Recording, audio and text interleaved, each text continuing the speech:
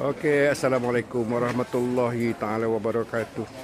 Hari ini 21 Ramadan 1447 Hijriah bersamaan 11 Mac 2026. Malam ni malam ke-22 tarawih. Okey, kita adakan majlis buka puasa anjuran Taman Tunku Sarina, Pasar Safia dan Pasar Azalea. Hari ini kita ada menu-menu dah lah. Saat kita tunjuk gambar. Kita ambil antara yang hadir ni ramai lah. Ramai.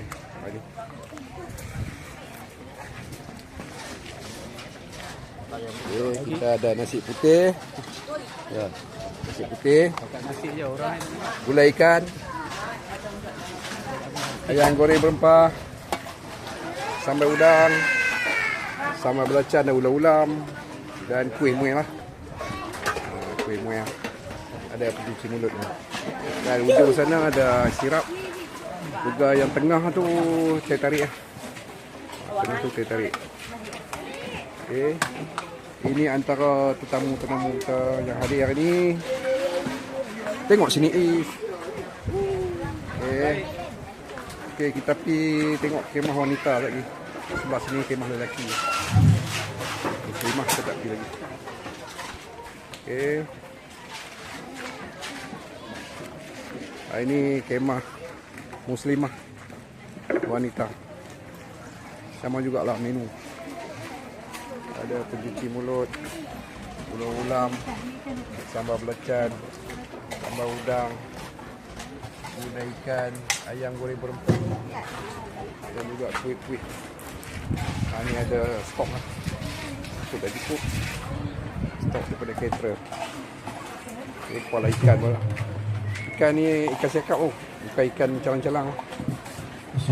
Tengok ni wanita sedang ambil juadah untuk buka.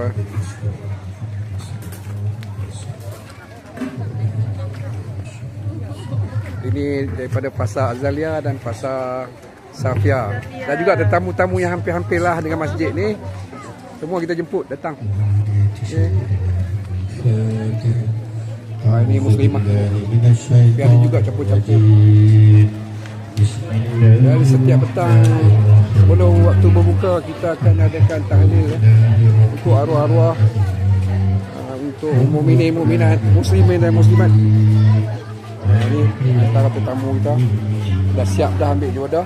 Tinggal tunggu masa nak berbuka je. Tunggu tahlil sekejap ya. Tahlil. Daripada mana? Yes. Dekat rumah saya apa? Tak, dekat dalam masjid. Ingat dekat rumah saya. Ada juga di situ iftar. Kau tu kot. Okay, Abang Budi kita. Okey, ni Abang Budi kita pengungsi karat kematian masih ikhlas dengan keluarga dia, isteri dia, anak dia. Azalea Safia. Hari ini buka puasa untuk Pasar Azalea dan Safia.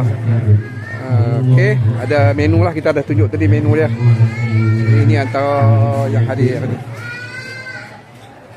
Bismillahirrahmanirrahim. Qul huwallahu ahad. Allahus samad. Lam yalid wa lam yulad wa lam yakul lahu kufuwan ahad. Bismillahirrahmanirrahim. Qul huwallahu Ada buat tahlil.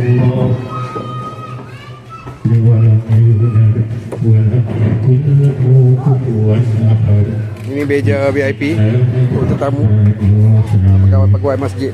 Ni Tuan Imam kita. Tuan Imam kita. Tuan Haji Asri bin Osman yang mengepelai tahlil dan doa.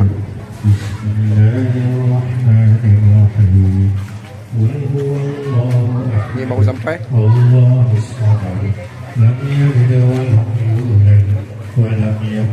Setakat dulu. Bismillahirrahmanirrahim. Jom kali tu baju biru Cikgu Fadil.